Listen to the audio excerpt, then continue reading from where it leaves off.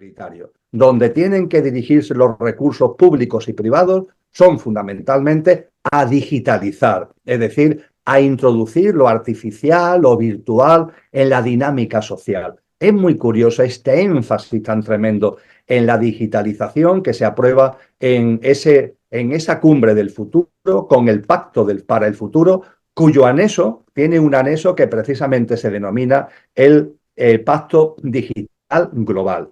Y finalmente, en ese Pacto para el Futuro, Edgardo, también el Pacto para el Futuro hace suyo, y los gobiernos sin el voto en contra de ninguno lo han aprobado, un informe que Naciones Unidas elaboró y publicó en marzo del 2023, que tiene como nombre Plataforma de Emergencia. ¿Qué es eso de la plataforma de emergencia? Pues muy curioso, porque es un análisis de los posibles eventos distópicos que pueden darse a lo largo de los próximos años.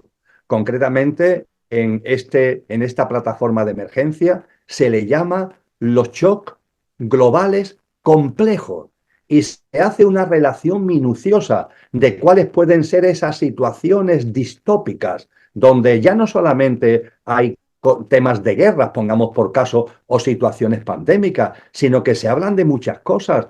Se hablan de posibles desajustes que haya, por ejemplo, en los flujos comerciales de capitales y de personas a nivel mundial, pero también se habla de interferencias que puedan venir del espacio exterior, del espacio ultraterrestre. Es decir, cuando se analiza esa plataforma de emergencia, da la sensación de que, como todo está a la vista, nos están informando de los eventos distópicos que están ahí y que pueden ser pulsados cuando ellos quieran, en función de que el edificio se vaya construyendo al ritmo y con orientación que ellos quieren o no. Es decir, que si en el 2025 al 2030, una vez que se han puesto los cimientos, las plantas del edificio se van poniendo con la orientación adecuada y al ritmo adecuado, no hay que tocar ninguno de estos botones que se describen en la plataforma de emergencia. Pero ojo, si fuera necesario, porque la gente es díscola, porque vamos por otro lado, porque las cosas no van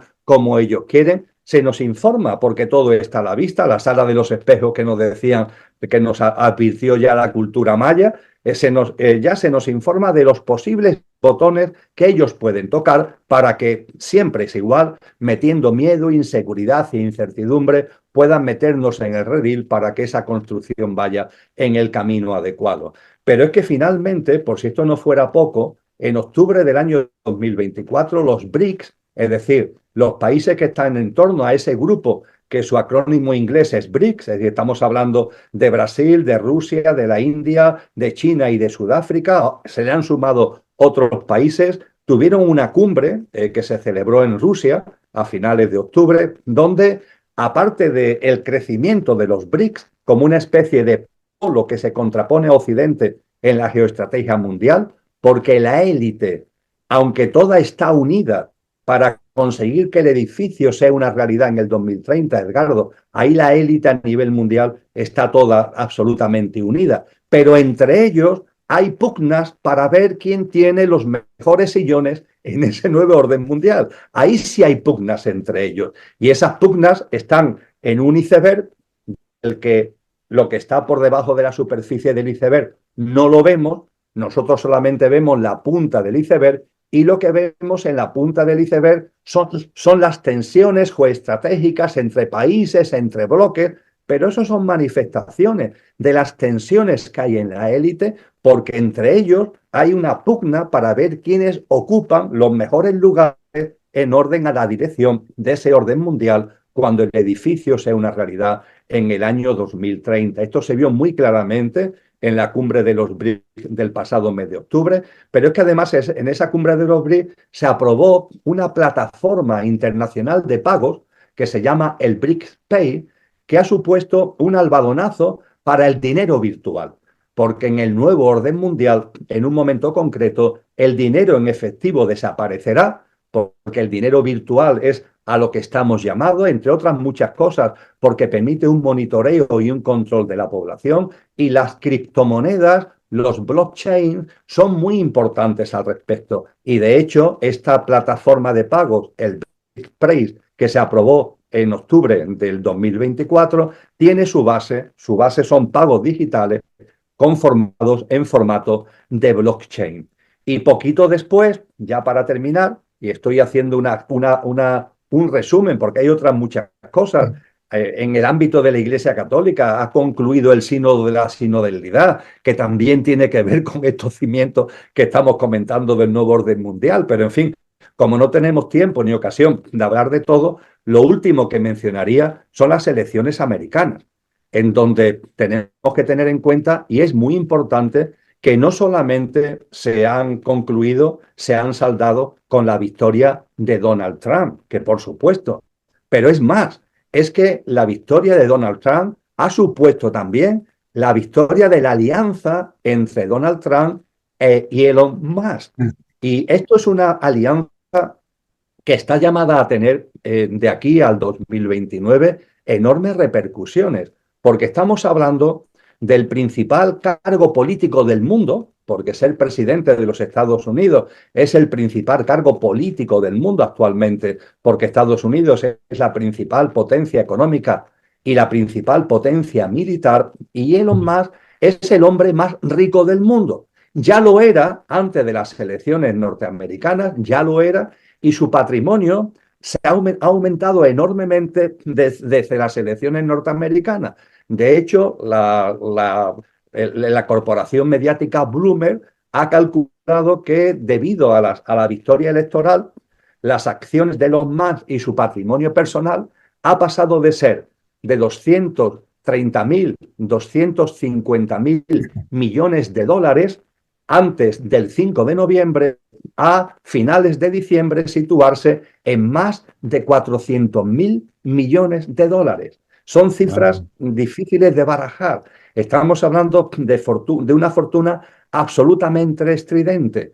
Y es muy importante tener en cuenta que dentro de unos días, estamos haciendo tú y yo este encuentro cuando faltan muy pocos días para el 20 de enero, fecha en la que ya tomará posesión Donald Trump de la presidencia norteamericana, ahí también va a tomar posesión esta alianza de la que estamos hablando. Y fíjate que en las redes sociales hay gente que dice que Donald Trump es como alguien que está contra la élite. Vamos a ver, vamos a tener sentido común, por favor.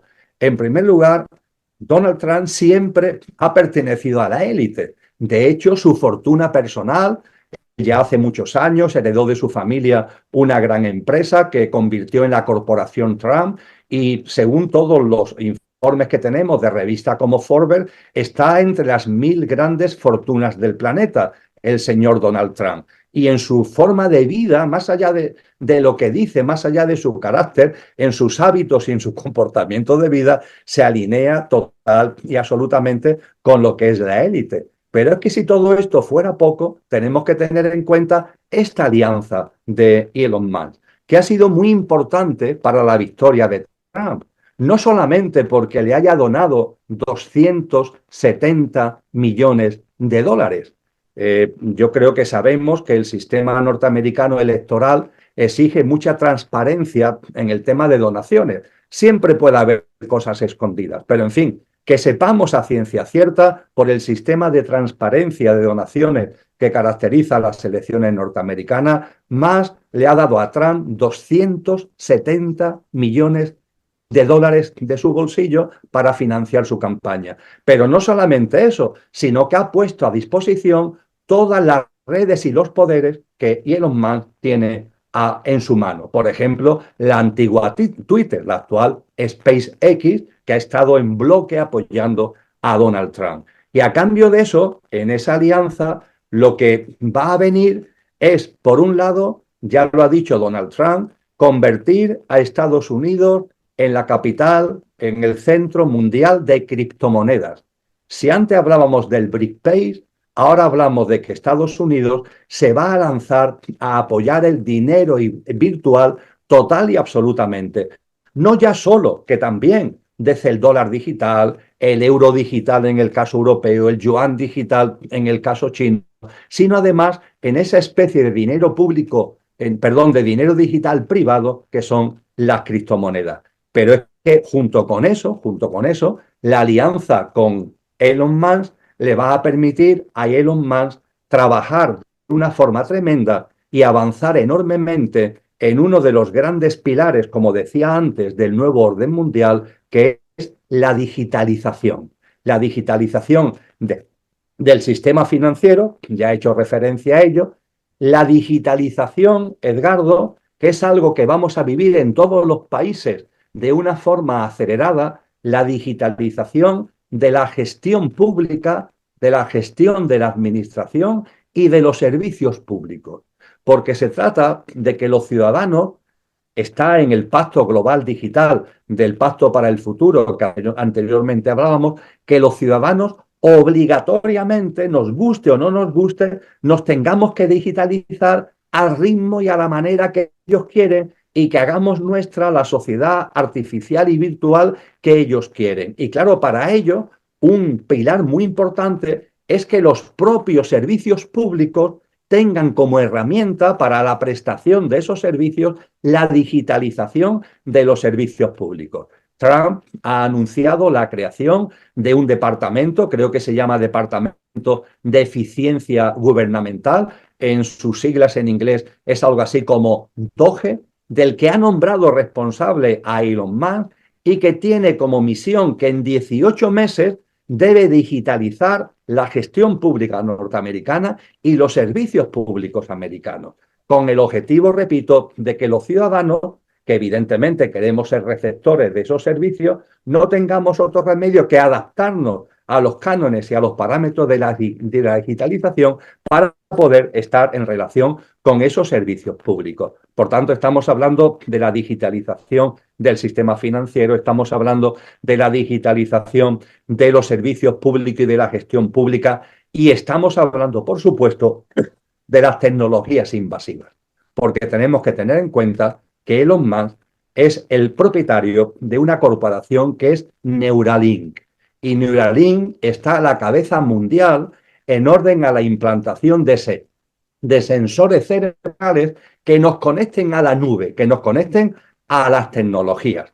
Inicialmente esto se vende como una panacea para curar enfermedades, como las enfermedades de ELA, etcétera, etcétera. Pero el objetivo es que vayamos haciendo una forma de vida en la que terminemos colocándonos sensores para ampliar nuestras capacidades, los que se nos venden, para que tengamos una mayor eficiencia y para una mayor comodidad de nuestra vida. Y eso sí, ocultándonos o no diciéndonos que cuando yo me conecto a la nube, no solamente recibo servicios de la nube, es que la nube también está en contacto conmigo, con lo que el control y el monitoreo ya no solamente de lo que hago, de lo que no hago, sino incluso de lo que pienso o de lo que no pienso. La humanidad evoluciona también siguiendo un patrón sextenario.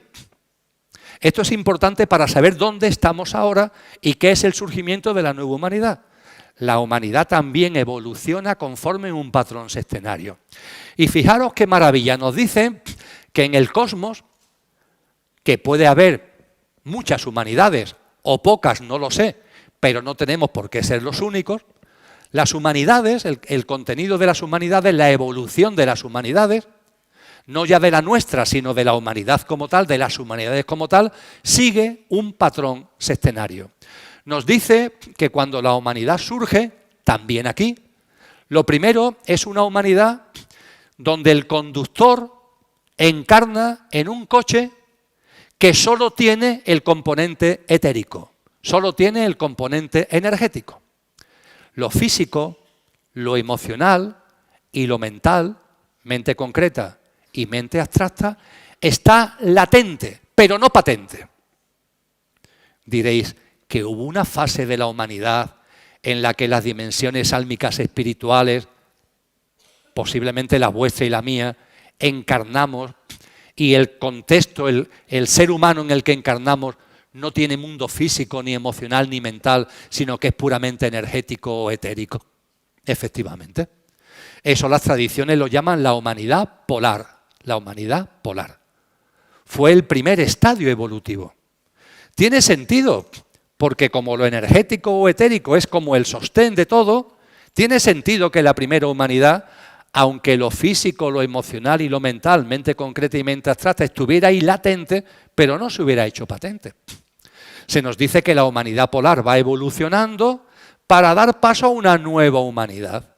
Conforme se va acercando el momento de dar paso a la nueva humanidad, aparece la semilla del siguiente componente que la nueva humanidad va a hacer real, va a hacer patente. Después del físico, ¿cuál es el siguiente componente? Perdón, después del etérico, energético, ¿cuál es el siguiente componente? Lo físico.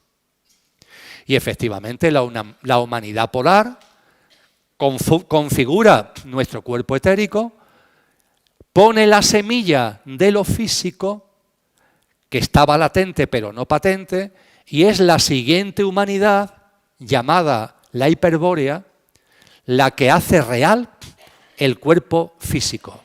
Con lo que la humanidad hiperbórea tiene ya hecho patente lo etérico y lo físico. Pero lo emocional y lo mental, mente concreta y mente abstracta, no está hecho real, está latente, pero no patente. La humanidad hiperbórea plasma lo etérico, que ya venía de la polar, y lo físico, y pone la semilla de lo que corresponderá a la siguiente. La lemuriana le llamamos aquí, la humanidad lemuriana. ¿Qué es lo siguiente? Lo emocional, el mundo emocional. Y de eso se encarga la humanidad lemuriana, recoge el legado de lo energético y de lo físico y hace real, hace patente la parte emocional del ser humano. A partir de ahí, esa humanidad lemuriana, esa tercera humanidad, tiene que dar paso a una cuarta. La cuarta, ¿qué es lo que tiene que plasmar? Está lo etérico, está lo físico, está lo emocional. Lo que viene ahora es la mente concreta. La mente en su nivel inferior, la mente concreta. De eso se encarga la cuarta humanidad. Esa cuarta humanidad es la que aquí llamamos la Atlántida. La Atlántida, la cuarta humanidad, hace real la dimensión mental en su nivel inferior, en su nivel mente concreta, y pone la semilla de lo que corresponderá a la siguiente, a la quinta, que es por cierto en la que estamos actualmente. Tras las humanidades polar, hiperbórea, lemuriana y atlante, ahora estamos en la quinta. Y esta quinta humanidad en la que vuestras almas y yo y la mía estamos encarnados, ha recogido todo el legado de lo etérico o energético, que viene de la polar, de lo físico, que viene de la hiperbórea, de lo emocional, que viene de lo lemuriano, de la mente concreta, que viene de la Atlántida, y la Atlántida nos pasó la semilla de lo que hemos plasmado ya, porque esta humanidad ya lo ha hecho, que es la mente abstracta. A cómo se ha plasmado ya la mente abstracta haré referencia dentro de unos poquitos de minutos. Esto más que memorizarlo, lo estoy planteando para que veáis el patrón. Y para que veáis también lo que viene ahora en el patrón. Si la quinta humanidad ya ha hecho real lo energético, lo físico, lo emocional, la mente concreta, y como ahora compartiremos, ya hemos hecho también realidad la mente abstracta, ¿ahora qué toca? Ahora toca dar paso a una nueva humanidad, que será la sexta, donde ya todo lo que tiene que ver con el coche está hecho. Todo lo que tiene que ver con el coche está hecho. Y ahora llegará el momento en que con el coche absolutamente compuesto, tomemos de verdad el mando del coche. Que el coche no sea dirigido por el coche, sino que sea dirigido por el conductor. Y en concreto desde el alma. La sexta humanidad será una humanidad donde el coche tenga el mando consciente de lo que es nuestra alma, de las cualidades sálmicas, de la naturaleza de nuestra alma. Y se nos dice que esto no será el final, porque el final del proceso evolutivo de la humanidad es cuando llegue la séptima. Volvemos al patrón sextenario. Porque la séptima, la humanidad, ya no es que viva desde el alma, vivirá desde el espíritu. desde nuestra esencia divina. ¿Hemos escuchado hablar de traer el cielo a la tierra? Eso será la plasmación de traer el cielo a la tierra. En una realidad material viviremos desde nuestra esencia divina. Haremos real lo que, como nadie, ha anunciado Cristo Jesús. Fijaros que Cristo Jesús, cuando le daban nombre, Él nunca aceptó ningún nombre. Lo llamaban de muchas formas y Él hacía oídos sordos. No contestaba, miraba para otro lado o lo negaba. Lo llamaban rey de los judíos. Él no quería saber nada de eso. ¿Cuál fue el apelativo que Él reconoció? El Hijo del Hombre. Yo soy el Hijo del Hombre. Ese apelativo no lo negaba. Yo soy el Hijo del Hombre. ¿Qué es esto del Hijo del Hombre? Cristo nos estaba diciendo que Él estaba viviendo, encarnado hace 2000 años, como vosotros y yo, como la humanidad en su evolución, como fruto, estamos llamados a vivir. Él vivía ya como el fruto, como el hijo del proceso evolutivo humano. Yo estoy viviendo ahora como estáis llamados a vivir en el contexto del proceso evolutivo humano. La séptima humanidad vivirá con los patrones, haciendo suyo por completo todo lo que Cristo Jesús nos mostró. Pero bueno, la sexta humanidad todavía queda un rato, entre comillas. Esto escapa de la línea cronológica, no se puede poner en calendario. Ahora bien, lo que estamos compartiendo es que en estos momentos estamos en una quinta humanidad que ya ha hecho real la mente abstracta y que por tanto le corresponde poner la semilla y prepararse para la nueva humanidad, la sexta, que vivirá desde nuestras características, cualidades y valores álmicos, tomando un mando consciente del coche por primera vez en la historia de la humanidad. Será la primera humanidad, la primera, que ya no vivirá desde el coche, sino que vivirá desde el conductor. Habrá tomado el mando consciente del conductor. Por eso no habrá maldad, por eso no habrá egoísmo, por eso no habrá egocentrismo. Todo eso habrá pasado, nunca mejor dicho, a la historia. Habrá quedado atrás. Porque todas las personas encarnadas en esa nueva humanidad llevarán el mando consciente del coche.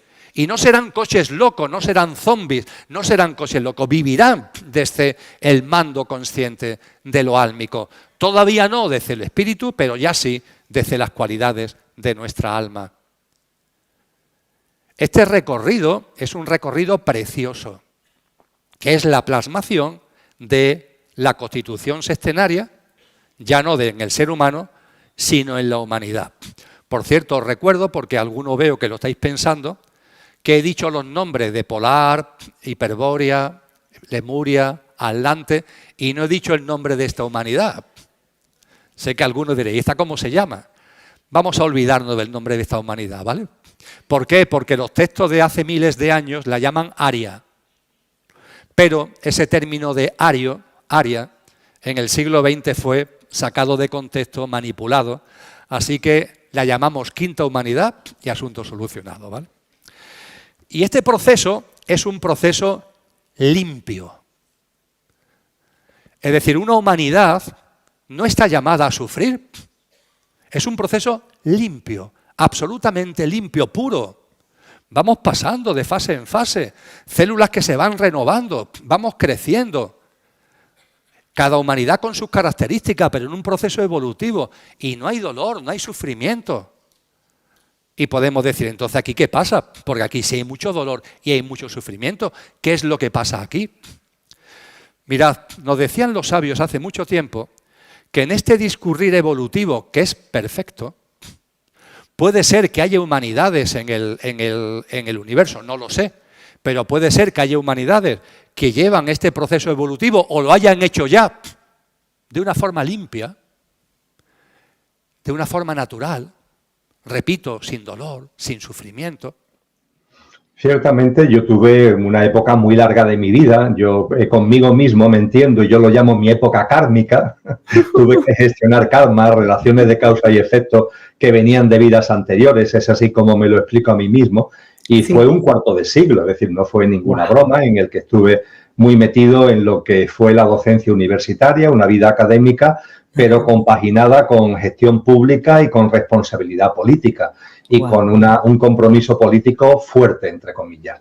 Todo eso hay un momento determinado que quedó atrás y quedó atrás no por fracaso, sino por éxito. Es decir, precisamente fue el éxito el que me llevó a percibir que esa forma de vida no me daba plenitud, que había algo en mi interior que estaba reclamando algo que era más sencillo, pero a su vez más potente, y a partir de ahí orienté mi vida por otros derroteros, con cariño y respeto a todo lo que hice porque me sirvió, pero también dándome cuenta, Sandra, de que lo que tiene que ver realmente con la vida ya no casa para nada con lo que llamamos política. Esa es la realidad. La política no tiene nada que ver con el mundo. La política es una especie de juego de artificios, de distracción y de entretenimiento.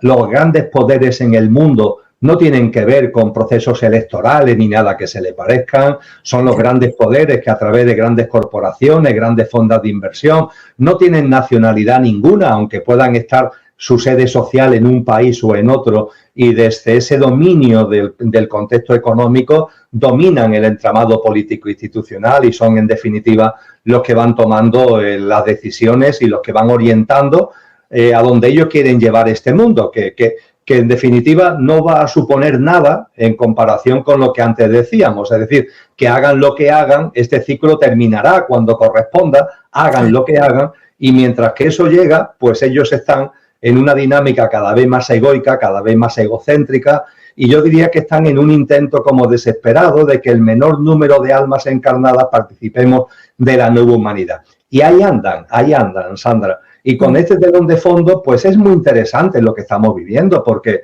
visto con objetividad, visto sin que nos turbe emocionalmente, porque tenemos que vivir la actualidad con esa confianza de la que antes hablábamos, incluso con esa alegría, aunque también con mucha compasión, ¿no?, por las personas que lo están pasando tan mal y que no entienden lo que está ocurriendo o que están viviendo en sus carnes, por ejemplo, un conflicto bélico, ¿no? Entonces hace falta mucho amor y mucha compasión también, pero desde luego cuando vamos observando con objetividad lo que está ocurriendo, pues es interesante. Es decir, es interesante, por ejemplo, por irnos a un tema muy concreto, no se ha cumplido, entre comillas, todo lo que la Organización Mundial de la Salud tenía en su agenda, pero se ha dado un acelerón enorme en lo que son sus objetivos. Naciones Unidas ha convocado la denominada Cumbre del Futuro, que todo eso son apretones que van dirigidos a el establecimiento de un sistema de gobernanza mundial que sea como el cimiento del nuevo orden mundial que los poderosos de este mundo quieren establecer. Y cuando todo esto lo vas viendo y vas viendo no solamente las medidas que se van adoptando, sino la niebla que se va creando, porque muchas veces se generan guerras y rumores de guerras para distraernos, ¿no?, de lo que realmente por debajo está ocurriendo, ¿no? Entonces, cuando todo esto lo vas percibiendo, es muy importante no perder la paz, no perder la calma, no perder la confianza, pero a su vez es enormemente interesante porque te permite ir percibiendo estos signos de los tiempos de los que venimos hablando. Claro, y tú, dentro de todos esos cambios que uno va viendo a partir de las agendas que se están dando entre las instituciones y demás, que sí que vienen como de una especie de parón, porque yo creo que desde el 2022 hubo como un despertar masivo de conciencia en el mundo. De hecho, cuando nos conocimos, hablábamos de cómo varios países estaban con algidez social y todo esto, protestando contra ciertas medidas que consideraron muy restrictivas. Y entonces hubo como un frenón, lo voy a llamar así, un frenazo en seco por parte de ciertas agendas de las instituciones, pero luego estamos viendo que también dicen que las constelaciones están similares, parecidas a la época de la Revolución Francesa, pero no, eso es otro tema, no nos vamos a enrollar por allá, pero sí que desde lo pragmático, lo económico, lo político, lo geopolítico, les vemos afán por revivir ciertas medidas. ¿Tú crees que viene otra pandemia? Como hay gente que está preguntándose que de pronto viene otra pandemia. El escenario, yo creo que es sencillo, fíjate, me atrevo a decir, Sandra, que es sencillo de definir. Los poderosos de este mundo, para la configuración de ese sistema de gobernanza mundial, del nuevo orden mundial al que antes hacía referencia, han tomado una fecha como fecha de referencia, que es el 2030. Todo es 2030, la Agenda 2030, cuando cualquier cosa en tecnología ¿Cuándo tiene que estar terminado el despliegue de satélites del 5G, 6G? El 2030. Cuando vamos a cualquier elemento, vamos a llamarle macro a nivel mundial, siempre la fecha que aparece es el 2030. Es la fecha de referencia para el establecimiento del nuevo orden mundial. A partir de ahí llevamos un camino recorrido, obviamente. La Agenda 2030 fue aprobada por Naciones Unidas en septiembre del 2015. Llevamos ya, por tanto, un camino recorrido importante al respecto. Y yo diría que el año en el que estamos es un año en el que, por tomar un símil gráfico que todos podamos entender, cuando se va a construir un edificio, se necesita mucha fuerza, mucha energía y mucho tiempo para lo que es el removimiento de tierra y colocar los cimientos. Eso requiere mucho tiempo y mucha energía. Una vez que ya se han colocado los cimientos, bueno, ahora empieza a construirse el edificio. Y parece que eso es la parte más importante de la obra, ¿no? Pero la parte más importante de la obra es los cimientos. A partir de ahí ya las distintas plantas se van colocando gracias a la cimentación que se ha realizado. Yo diría que el año 2024, insisto, utilizando un símil que podamos entender, es el año en el que se concluye la cimentación. Esa cimentación del edificio que debe estar construido definitivamente, culminado en el 2030, el 2024 es la culminación de la cimentación. Y a partir de ahí lo que iremos viendo del 2025 para adelante es cómo van subiendo las plantas hasta llegar al 2030 que configuran el edificio del nuevo orden mundial. Creo que esta imagen gráfica nos puede ayudar. Desde ese punto de vista, este año, que es el año de la cimentación, estamos viendo que es el año de la cimentación, vamos a llamarle geoinstitucional, geopolítica, geoestratégica. Lo ocurrido en la Asamblea Mundial de la Salud, la cumbre del futuro de Naciones Unidas en septiembre a la que antes hacía referencia, son buenos exponentes al respecto. Pero también es el año de cimentación en el que por parte de China, por ejemplo, por parte de la Reserva Federal Norteamericana o por parte del Banco Central Europeo, es el año en el que debe estar concluido toda la elaboración de las monedas digitales.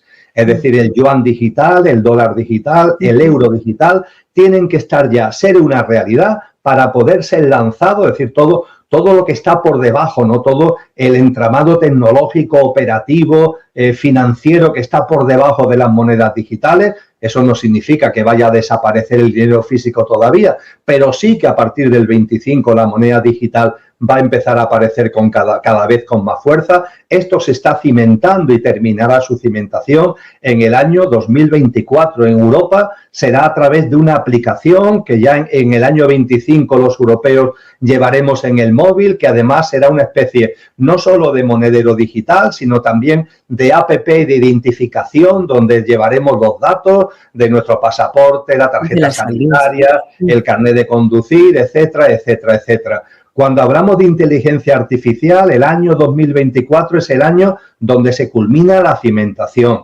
Me atrevo a decir que no somos conscientes, Sandra, de lo que vamos a ver en nuestra vida doméstica, en nuestros electrodomésticos, en la televisión, las transformaciones tan espectaculares que vamos a ver de la mano de la inteligencia artificial en nuestros móviles, en nuestros ordenadores, a partir del año 25, porque este año 2024 se está concluyendo la cimentación de todo lo que supone esa tecnología artificial y virtual. Y podría seguir con otros muchos ejemplos. Este año 2024 es la culminación de una tarea para ellos fundamental, que es los pilares y la cimentación del edificio, y a partir de ahí lo que iremos viendo en los próximos años es las plantas que se van a ir cada vez siendo más visibles, pero que si no fuera por la cimentación sería imposible.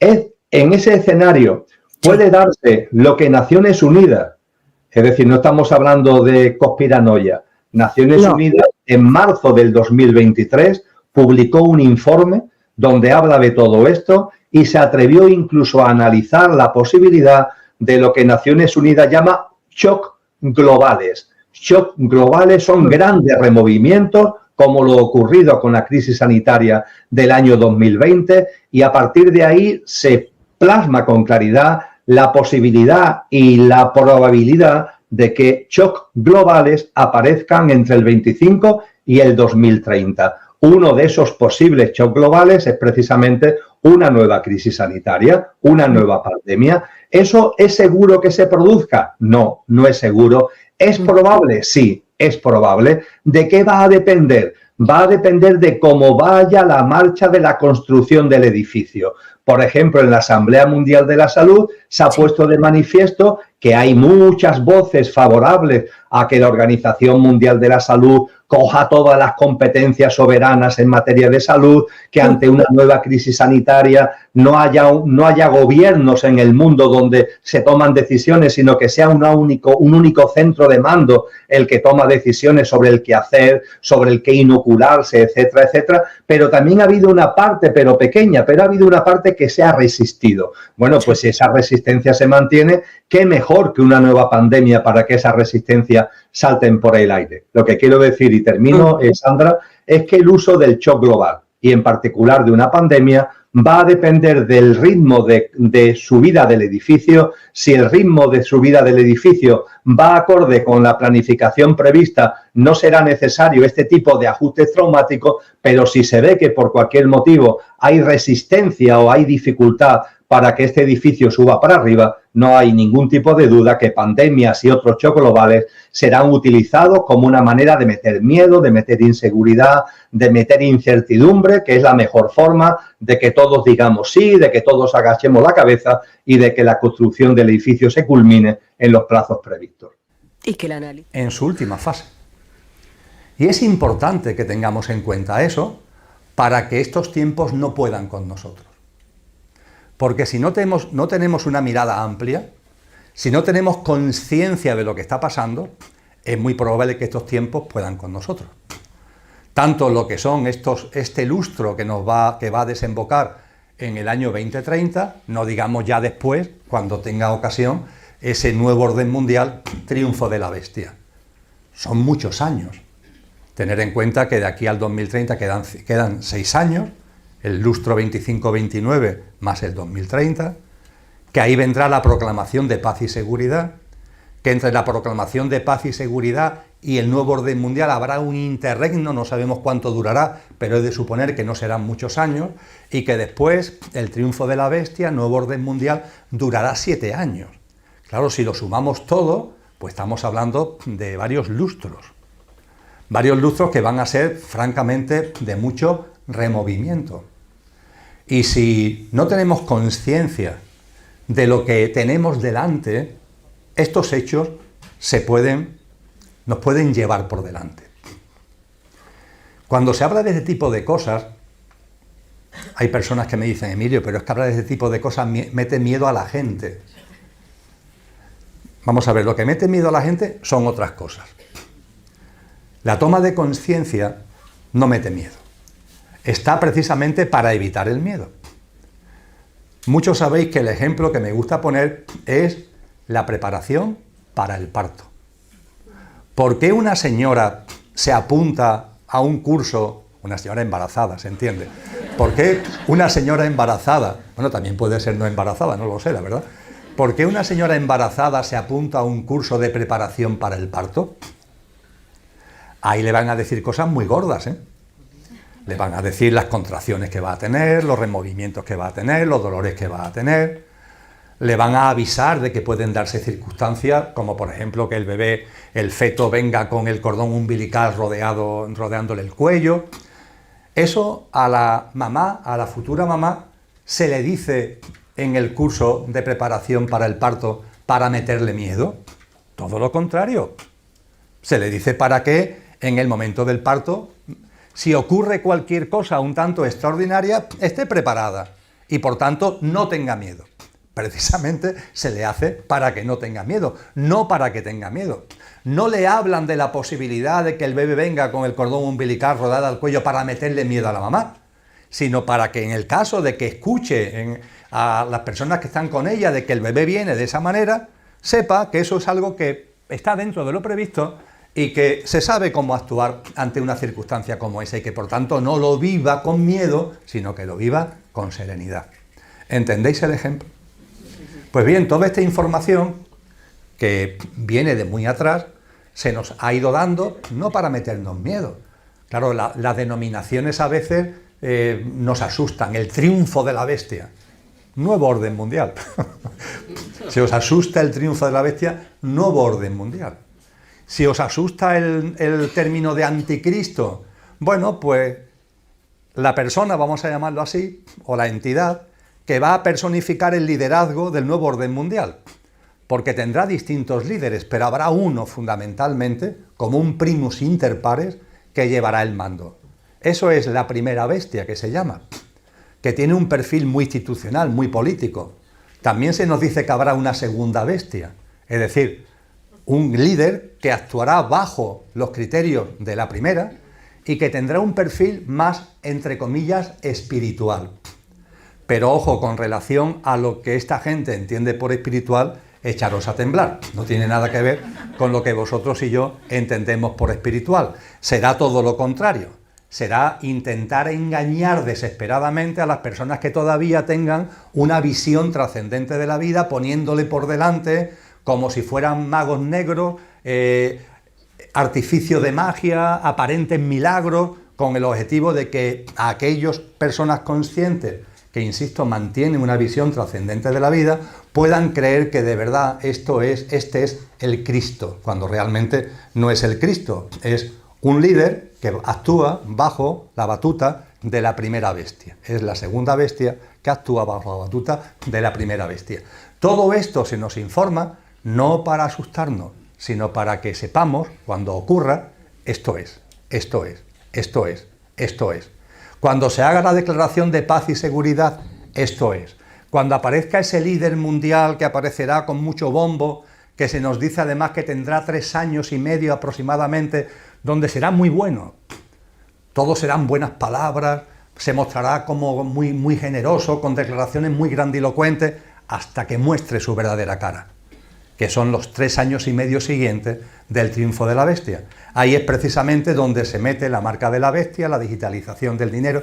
Todo esto, amigos y amigas, ¿por qué se nos muestra desde hace tiempo en los textos espirituales? Insisto, no es para meter de miedo, es la preparación para el parto. Y que cuando estemos, como ya empezamos a estar, hasta aquí de iniquidad, tengamos muy claro que una cosa es la convivencia y otra cosa es la connivencia. Que nos mantengamos en nuestro sitio, que seamos justos, honestos, que a pesar de todo intentemos sacar siempre nuestra mejor versión, que seamos buenas personas, como decía Antonio Machado, en el buen sentido de la palabra, que mantengamos la mano tendida, que no convirtamos la vida en una pelea contra la vida, la humana y la de la naturaleza, que nos mantengamos en coherencia con lo que realmente somos. Para eso se nos da toda esta información. Y esto es lo que me lleva ahora a hacer ese giro brusco que os comentaba.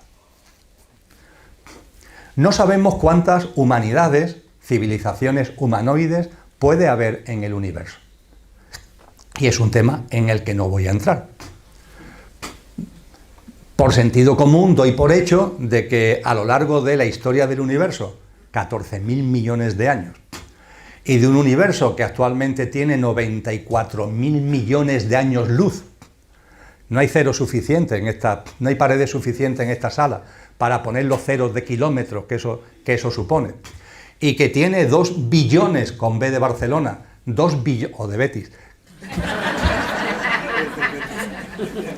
que tiene 2 billones de galaxias, cada una de ellas con cientos de miles de millones de sistemas solares, donde se nos dice que hay cuatrillones, miles de cuatrillones de planetas, miles de cuatrillones.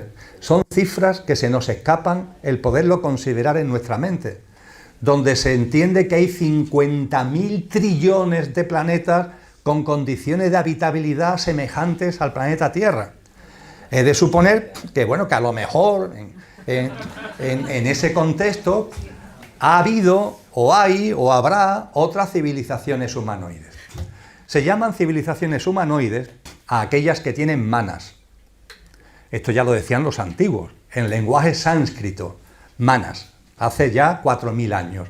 Manas, ¿qué es? Capacidad mental, una capacidad mental desarrollada, No solamente mente concreta, que se ocupa de lo rutinario, sino una mente abstracta, que tiene capacidad de plantearse cosas trascendentes, no solamente en el ámbito de la espiritualidad y la conciencia, sino también en el ámbito de la ciencia, de la filosofía, de la creación artística, una capacidad mental desarrollada.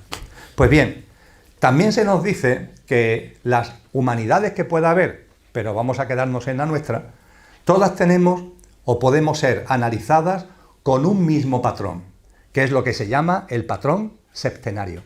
Eso está en la ciencia del yoga, pongamos por caso, donde se habla de distintas técnicas de yoga, distintas fases de yoga, cada una de las cuales tiene que ver con un componente de la constitución sextenaria del ser humano.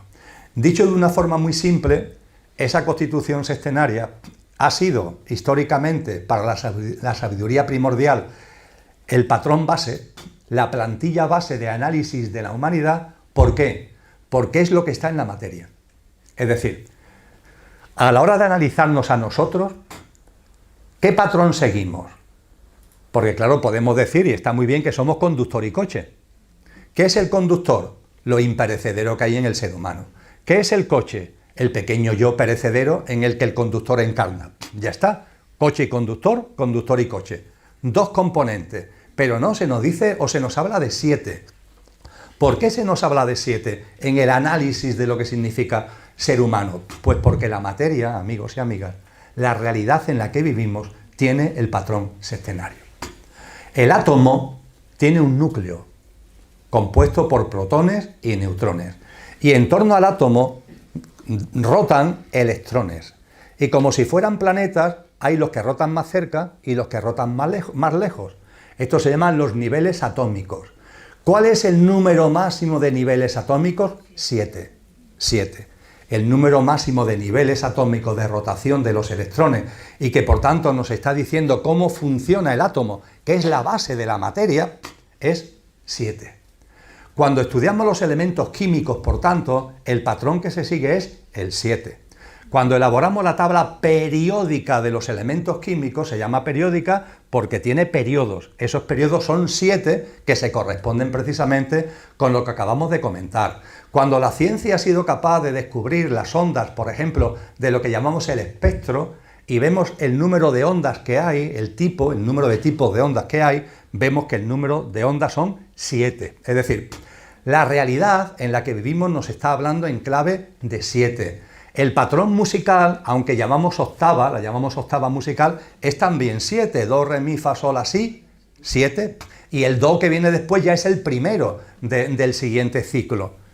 La naturaleza, la vida, nos está hablando en patrón sextenario. Y se nos dice que el ser humano tiene un yo superior, imperecedero, no voy a entrar en detalles, que es nuestra dimensión álmico y espiritual. Se hace una precisión muy curiosa, pero que no vamos a entrar en ello, muchos los conocéis ya, de que el alma tiene un componente individualizado, pero pertenece a un alma universal, que se le llama buddhi, lo búdico. En vosotros y en mí está encarnado un alma, pero ese alma tiene su propio camino, tiene su propia experiencia, tiene su propia evolución, pero es como la hoja de un árbol mucho más grande a la que se le llama el alma universal. Y en cualquier caso, lo más importante, el alma es el instrumento que utiliza el espíritu para poder encarnar en la materia. Es como el alma, es como una especie de batiscafo que utiliza el espíritu para poder llegar a las profundidades marítimas, en este caso no marítimas, sino de la materia. ¿Para qué utiliza el ser humano el batiscafo? Para, poniéndose dentro del batiscafo, llegar a las profundidades marinas, ¿verdad? Experimentar, conocer las profundidades marinas. Pues el alma es como, entre comillas, coloquialmente hablando, un batiscafo donde en el centro, como muy bien dice San Juan de la Cruz en su poema llamado Amor Viva, el alma, y en su centro el espíritu. El espíritu, la esencia divinal, la presencia de aquello que no tiene origen en todo lo originado, la presencia de lo divino, de Dios en todos nosotros, el espíritu. Y para que el espíritu pueda llegar a cada uno de nosotros, se necesita un vehículo que es el alma. Y nuestra dimensión álmico y espiritual se le llama trina porque se habla del alma individualizada, la conexión que tiene con un alma universal y el espíritu. Eso da respuesta a nuestro yo superior, que se le llama, por eso, el trinario superior. Ahora bien, Junto con el trinario superior está nuestro pequeño yo, nuestra parte perecedera, nuestra parte efímera. Y ahí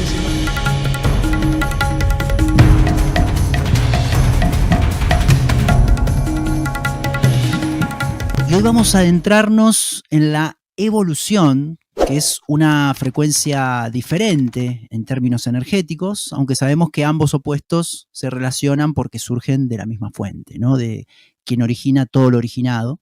Pero abocarse a la evolución o involución tiene sus implicancias, ¿no? Y sus diferencias. Por eso la importancia de este tema y la importancia de ubicarse de un lado o del otro como seres humanos en la sociedad actual también, ¿no? Invitamos a percibir este tema desde nuestra vida cotidiana, ¿no? Que no pensemos que hablamos de metáforas, de seres que no están en este plano, no nos vayamos tanto a lo no visible, ¿no? A seres de otra dimensión.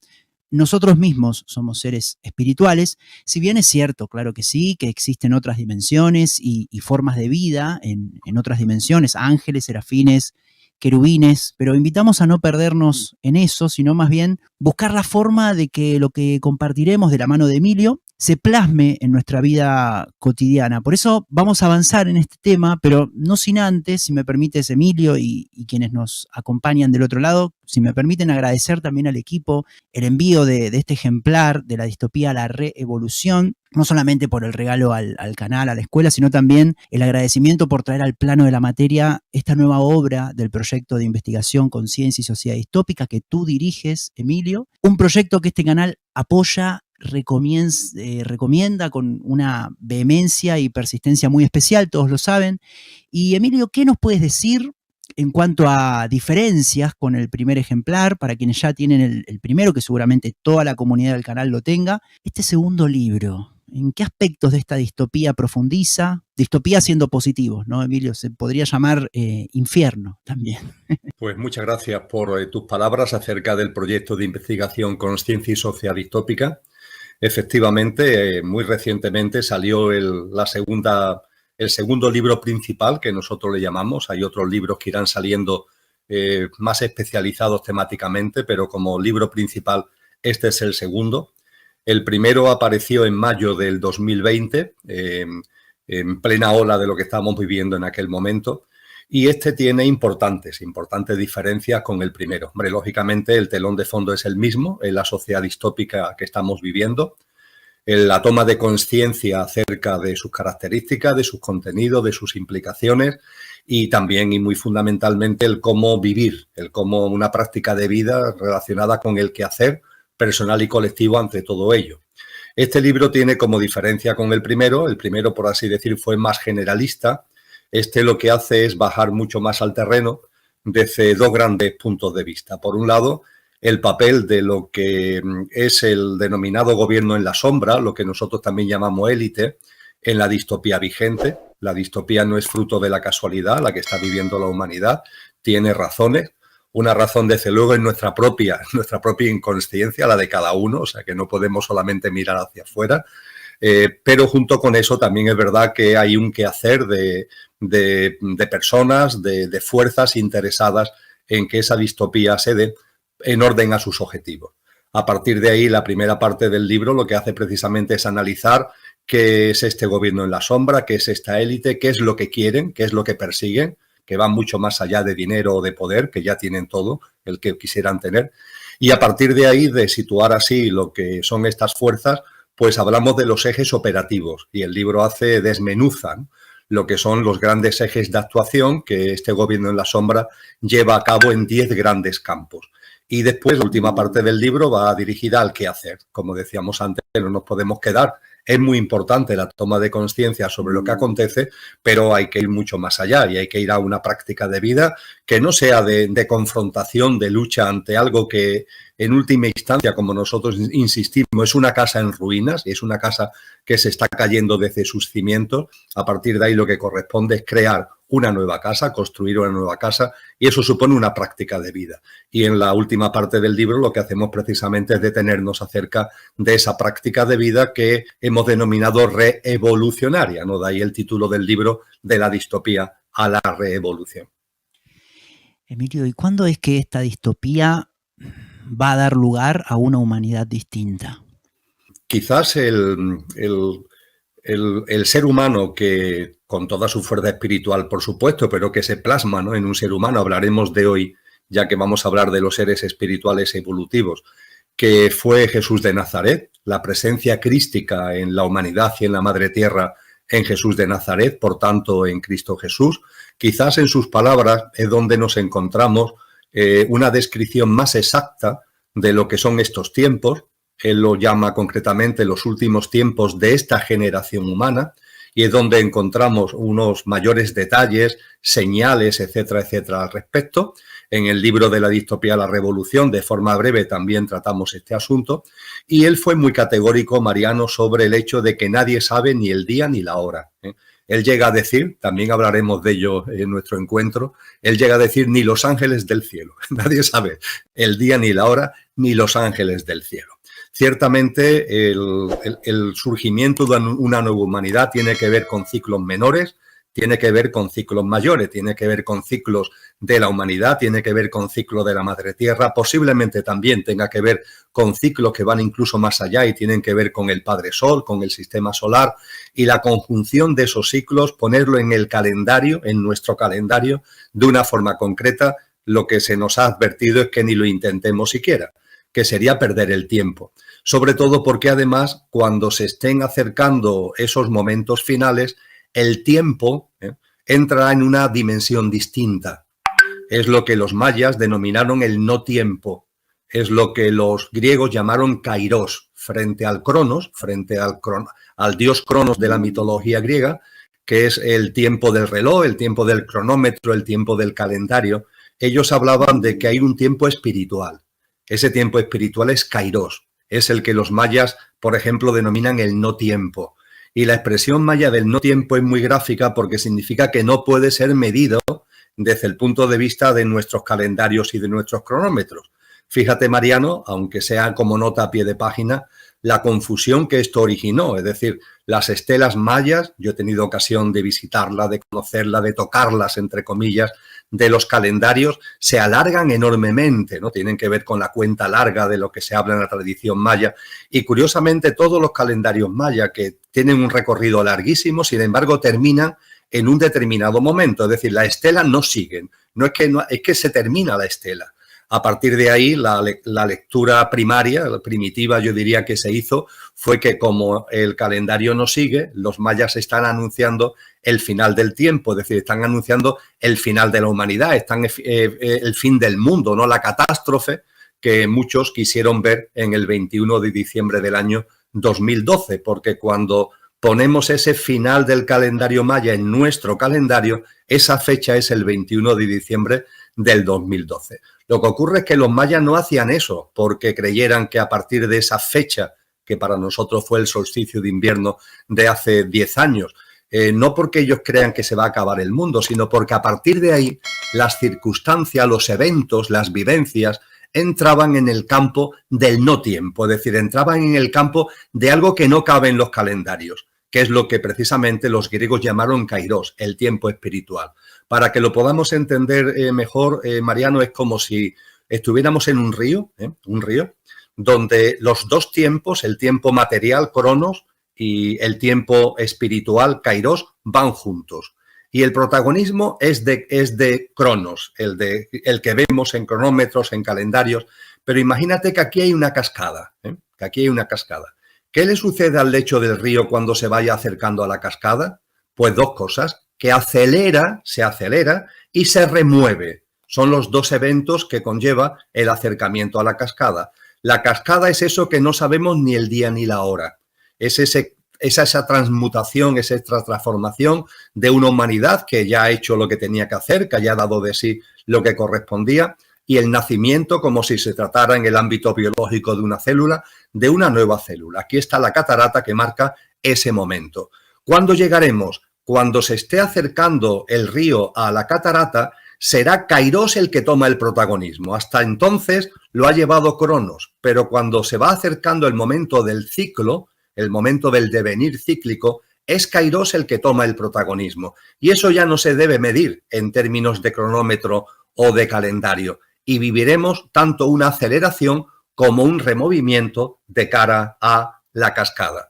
Con lo que cuando nos dice Cristo Jesús, nadie sabe ni el día ni la hora, es porque estamos hablando de un evento que no tiene que ver con el tiempo, sino con el no tiempo maya o con el kairos de los griegos. Pero ojo, nos dice también Cristo Jesús, nadie sabe ni el día ni la hora, estar atentos a las señales. Y nos da señales. Y este ejemplo que acabo de poner del río creo que es muy gráfico para percibir cuáles son las señales. ¿Las señales cuáles? Removimiento, mucho removimiento, es decir, muchas circunstancias que nosotros en el proyecto denominamos distópicas, continuas, es una especie de huracán de magnitud aceleradamente creciente. Bueno, pues observamos la realidad. Estos removimientos los que estamos viviendo ahora. Decía Cristo Jesús que llegarían a ser como las contracciones de un parto, ¿no? Y claro, se viven con compasión y con sufrimiento por aquellos que no entienden lo que supone ese momento, pero para los que sepan lo que supone ese momento se vivirán incluso con alegría, ¿no? Porque esos removimientos son el anuncio de lo nuevo, son los removimientos de la llegada a la cascada. Y en paralelo, junto con esos removimientos, la aceleración. Y te pregunto a ti, no para que me contestes, una pregunta retórica, más bien una llamada a la reflexión, ¿no? Y también a través tuya a todas las personas que vean este encuentro, este diálogo que estamos manteniendo, ¿cuántos de nosotros no estamos sintiendo que el tiempo se ha acelerado? ¿Cuántos de nosotros no estamos sintiendo que esto va muy rápido? Y claro, parece que va contra la lógica, ¿verdad? Porque ¿cómo va a ir más rápido? Es decir, miramos el cronómetro y los segundos siguen siendo segundos, los minutos siguen siendo minutos, etcétera, etcétera, ¿verdad? Miramos el calendario y los días siguen siendo días. Pero, sin embargo, tenemos la percepción, muchas personas tenemos la clara percepción, es una percepción de consciencia, tiene que ver con lo espiritual, no con lo material. Tenemos la percepción de que los días son más cortos, de que el tiempo va más rápido. Bien, lo que estamos viviendo es ni más ni menos que esto que está anunciado hace mucho tiempo de la aceleración del tiempo. Parece una auténtica locura, pero aquí estamos para confirmarlo muchísimos seres humanos. Y en mi caso particular, Mariano, que como tú sabes, hago docencia en másteres de tipo espiritual y consciencial, lo he compartido muchas veces con los alumnos y con las alumnas, que son chicos y chicas relativamente jóvenes, entre 25 y 35 años, porque claro, yo llegué a pensar, digo, esto me pasa a mí porque ya soy mayor, ¿no? Cuando vamos teniendo más años, podemos tener a lo mejor subjetivamente la percepción de que el tiempo pasa más rápido, pero que va. Desde que lo estoy sintiendo, lo he compartido, por ejemplo, con este segmento de edad, con muchos cientos de personas de este segmento de edad y de todos los segmentos de edad, y es algo que no tiene que ver con la edad, tiene que ver con una percepción de conciencia de que esto se ha acelerado. Así que respondiendo a tu pregunta, y me he extendido muchísimo, nadie sabe ni el día ni la hora, pero hay señales, y desde luego la aceleración y los removimientos son las dos grandes pautas de esas señales. Por favor, Emilio, un placer escucharte, te puedes extender lo que quieras. Y sí, nos pasa a todos, jóvenes, adultos, bueno, todos los segmentos que sabemos que son inexistentes, pero bueno, apoyamos y recomendamos desde la conciencia, no desde el interés egoico, tú lo sabes bien, Emilio, apoyamos no solo lo que respecta a este nuevo fruto, sino el proyecto en su conjunto que engloba varios libros. Sabemos que recientemente José, uno de los integrantes, ha publicado un ejemplar sobre el famoso bicho, hablando en clave, para que no nos censuren, Emilio, que en breve vendrá el programa, José, la semana que viene, creo. Recientemente también he visto en tu blog un nuevo libro referido al cambio climático, así que muchas felicitaciones a ti y a todas las personas que te acompañan. Y vendrán más. En la semana también estuvimos conversando con Manuel López, otro integrante, y me ha comentado que está escribiendo sobre el rejuvenecimiento natural, un tema que en el canal despierta mucho interés. Ya lo tendremos también próximamente a Manolo, a Ricardo, a Martín, amigos del canal. Y concuerdo contigo, Emilio, que este segundo libro, que tiene similitudes temáticas en general con el primero, pero profundiza más, se agregan algunas teorías interesantes, cala más hondo. Está, bueno, la exposición del vórtice de Fibonacci, que también José lo ha expuesto en el canal. Hay mucho relacionado al pinchazo, ¿no? En relación al bicho. Y se profundiza un poco más sobre la élite involutiva que lidera esta distopía provisionalmente, sabemos. Y así que invitamos a todas las personas interesadas a acceder al sitio web que ven en pantalla.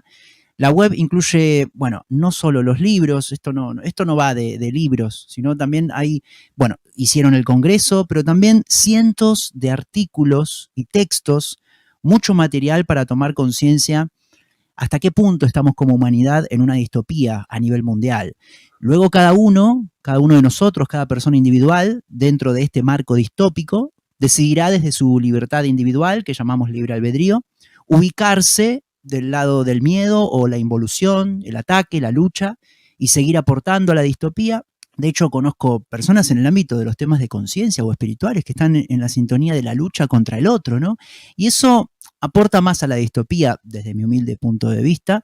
Concentrarse en el amor, en la verdad, en la evolución, como queramos llamarlo, en Dios, bueno, ya es suficiente. O sea, la verdad no necesita ser defendida. Y si atino a defender la verdad, es porque no estoy seguro de que sea la verdad. O sea, la evolución se defiende por sí sola. Quien quiera luchar contra alguien, bueno, ya ahí entra el ego que quiere cambiar el mundo, ser abanderado de un cambio, representante del bien contra el mal, y eso es muy en clave de siglos anteriores, ¿no? Que ya lo hemos vivido mucho, y claro que como tú bien decías, Emilio, hay gente que está interesada en que el mal exista, ¿no? Más bien que siga cobrando vida, porque desde mi humilde punto de vista, y quizás es compartido por muchas personas de este canal, que siga cobrando vida más que exista, porque sabemos que lo único que verdaderamente existe es el amor.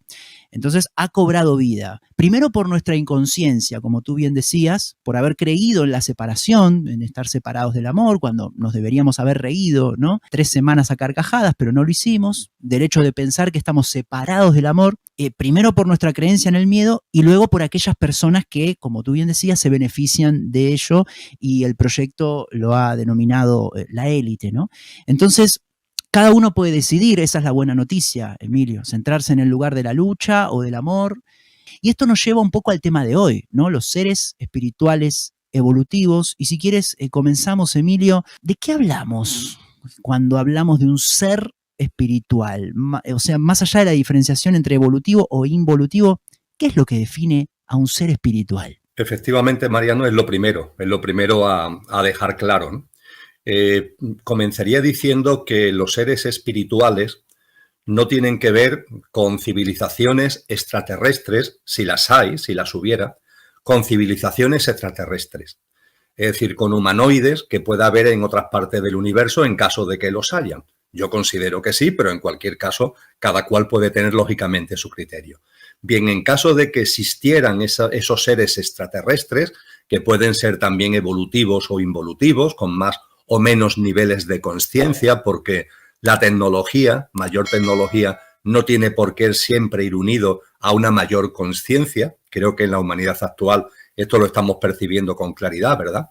Entonces, lo primero que tenemos que poner de manifiesto es que los seres espirituales no son extraterrestres, lo primero, en caso de que existan. Los extraterrestres diríamos que son formas de vida de otros mundos, pero que están en esta dimensión, ¿eh? Por entendernos en sentido muy amplio, no entro en precisiones más técnicas de lo que hay dimensiones, que eso nos llevaría a diferenciar muchas cosas. En segundo lugar, cuando hablamos de seres espirituales, no hablamos de seres de un plano contiguo al plano físico, que está muy descrito en las tradiciones esotéricas, que es el plano astral. En estas tradiciones se nos dicen que hay un mundo astral, que es como paralelo al mundo físico donde nosotros realizamos nuestra vida cotidiana, y que precisamente en el mundo de los sueños es donde esa pared queda como más diluida y podemos entrar en conexión con ese mundo astral. Esa conexión con el mundo astral en el mundo de los sueños es lo que se ha dado en llamar viaje astral. Realmente no es tanto un viaje astral, sino que la consciencia, que en nuestro caso la tenemos siempre muy enfocada al plano físico, cuando estamos dormidos con un cierto nivel de profundidad en el sueño, la consciencia queda como liberada, ¿no?, del plano físico y se puede girar, y al girar pues contempla y vive el plano que está pegado, el mundo que está pegado contiguo, que es el plano astral. Y la información por todas las personas que tienen, porque estas experiencias astrales podemos vivirlas, pero no recordarlas, suele ser muy común esto, ¿no? Pero toda la información esotérica que se nos da por personas que tienen vivencias, que recuerdan, incluso tienen ya la capacidad de acceder con libertad, no solamente en el ámbito del sueño, sino en el ámbito de la conciencia, ese plano, es que en el plano astral hay dos grandes tipos de seres, por decirlo de alguna forma, de menor vibración y de mayor vibración. Lo de menor vibración, pues eso tiene una vibración densa, lo de mayor vibración tiene una vibración más elevada. Podríamos decir que los de baja vibración tienden a lo involutivo, en los términos que tú antes usabas y que yo también uso, y los de vibración más alta, pues son evolutivos. Pues bien, no podemos confundir los seres espirituales con seres del astral. Ni los involutivos ni los evolutivos. Son seres del astral y no son seres espirituales. Por tanto, cuando hablamos de seres espirituales, dicho lo que no es, ni civilizaciones extraterrestres ni seres del astral, dicho esto, sí podemos decir que lo que son formas de vida, porque son formas de vida, Mariano, que desarrollan su existencia en otras dimensiones de distintas frecuencias vibracionales. Esto es algo que hoy la ciencia nos repite con mucha insistencia, de que en el universo en el que vivimos, aunque nosotros contemplamos las cosas desde un plano dimensional, pero realmente coexisten, conviven distintos planos dimensionales que son como superpuestos. Y a partir de ahí, pues hay una discusión un tanto bizantina de cuántas dimensiones hay en el universo, ¿no? En la teoría de cuerdas, que es la que quizá dentro de la astrofísica y de la física en general más ha profundizado en el tema de las dimensiones, pues depende del autor. Se habla o de 5 o de 51, si mi memoria no falla. Fíjate, de 5 a 51. Es una gama tremenda. Yo digo un poco de broma con mis amigos científicos que es que el debate que han abierto es como el debate de cuántas lonchas tiene un queso. ¿Cuántas lonchas tiene un queso? Pues depende del grosor de la loncha. Es decir, si todas las frecuencias vibracionales que pueda haber en el cosmos las agrupamos de 10 en 10, o las agrupamos de 1000 en 1000, pues es evidente que si las agrupamos de 1000 en 1000 habrá menos dimensiones. Si las agrupamos de 10 en 10 habrá muchas más dimensiones, ¿verdad? Con lo cual es una búsqueda un tanto bizantina la pregunta de cuántas dimensiones hay. Sí es importante, para lo que hablaremos después, que en el año 1995, en el ámbito de la teoría de cuerdas, hubo una especie de congreso mundial para poner un mínimo común de referencia para no perderse en las indagaciones. Es decir, que todos los científicos e investigadores que están en el ámbito de la teoría de cuerdas tomaron una referencia mínima en las que ponerse de acuerdo. Y en el ámbito de las dimensiones, esa referencia es de 11 dimensiones. Pero en cualquier caso, repito, esto es un tema un tanto bizantino porque es el debate de cuántas lonchas tiene un queso. Dicho todo esto, en esas dimensiones hay formas de vida. Esas formas de vida desarrollan en principio, también remarco lo de en principio, su existencia en esas dimensiones porque son las propias para su frecuencia vibracional.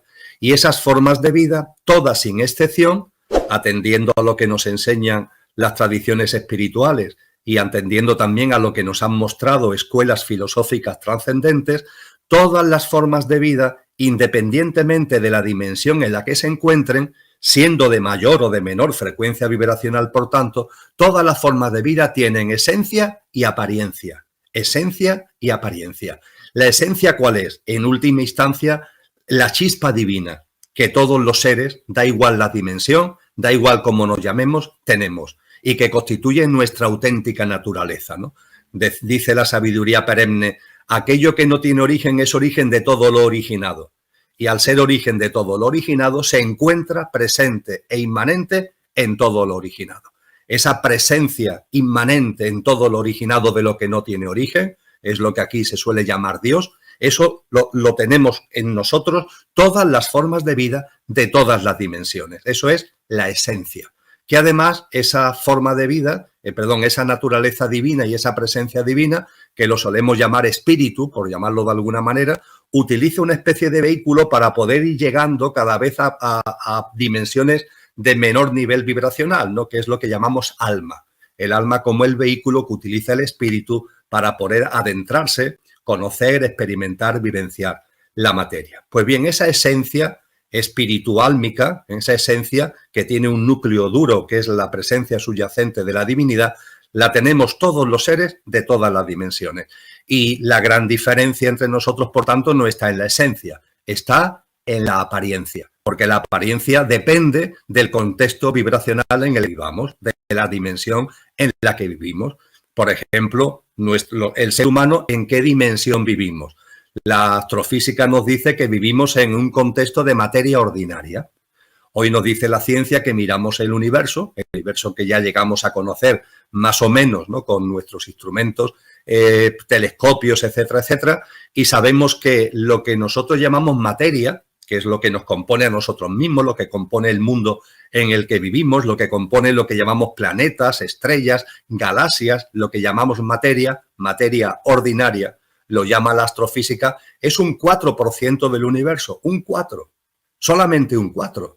El 96% restante del universo que conocemos es otra cosa sobre la que se está indagando, sobre la que empezamos a tener poco a poco pistas, de manera que se dice que entre el 25-27% puede ser algo que se llama materia oscura, porque es un tipo de materia, Mariano, que es materia porque tiene capacidad de atracción gravitacional y lo vemos en el espacio, pero es oscura porque no vemos la materia. Es decir, sabemos que está ahí porque atrae, y claro, si atrae gravitacionalmente quiere decir que ahí hay algún tipo de materia y de masa, pero no la vemos. Entonces, a eso, que es una cuarta parte aproximadamente del universo, pues la ciencia lo ha denominado materia oscura. Pero es que después hay otro campo inmenso, que es el 70%, 68-70% del universo, según la astrofísica actual, que es la energía oscura. Y la energía oscura tiene que ver con las enormes capas, de las enormes zonas del universo que están vacías. La energía oscura es algo así como la presencia vibracional del vacío. Y sobre eso conocemos muy poco, pero claro, conociendo muy poco es casi el 70% del universo según los datos que estamos manejando en la actualidad. Esto lo que nos quiere decir es que el universo es muy rico, el universo es muy diverso y lo que nosotros llamamos materia ordinaria es un 4% del universo. Es aquí donde nosotros desarrollamos nuestra existencia, pero hay otras muchas dimensiones, hay otras muchas realidades en el universo. En esas otras realidades, esas formas de vida no son extraterrestres, simplemente son otros planos dimensionales, vuelvo a insistir, y en todas ellas, y esto sí es importante, hay siempre esencia y apariencia. Y la apariencia es más densa, el cuerpo humano es denso, ¿verdad? O más sutil, menos densa y más sutil, o muy sutil en función de la dimensión que estudiemos, en función de la dimensión a la que nos acerquemos.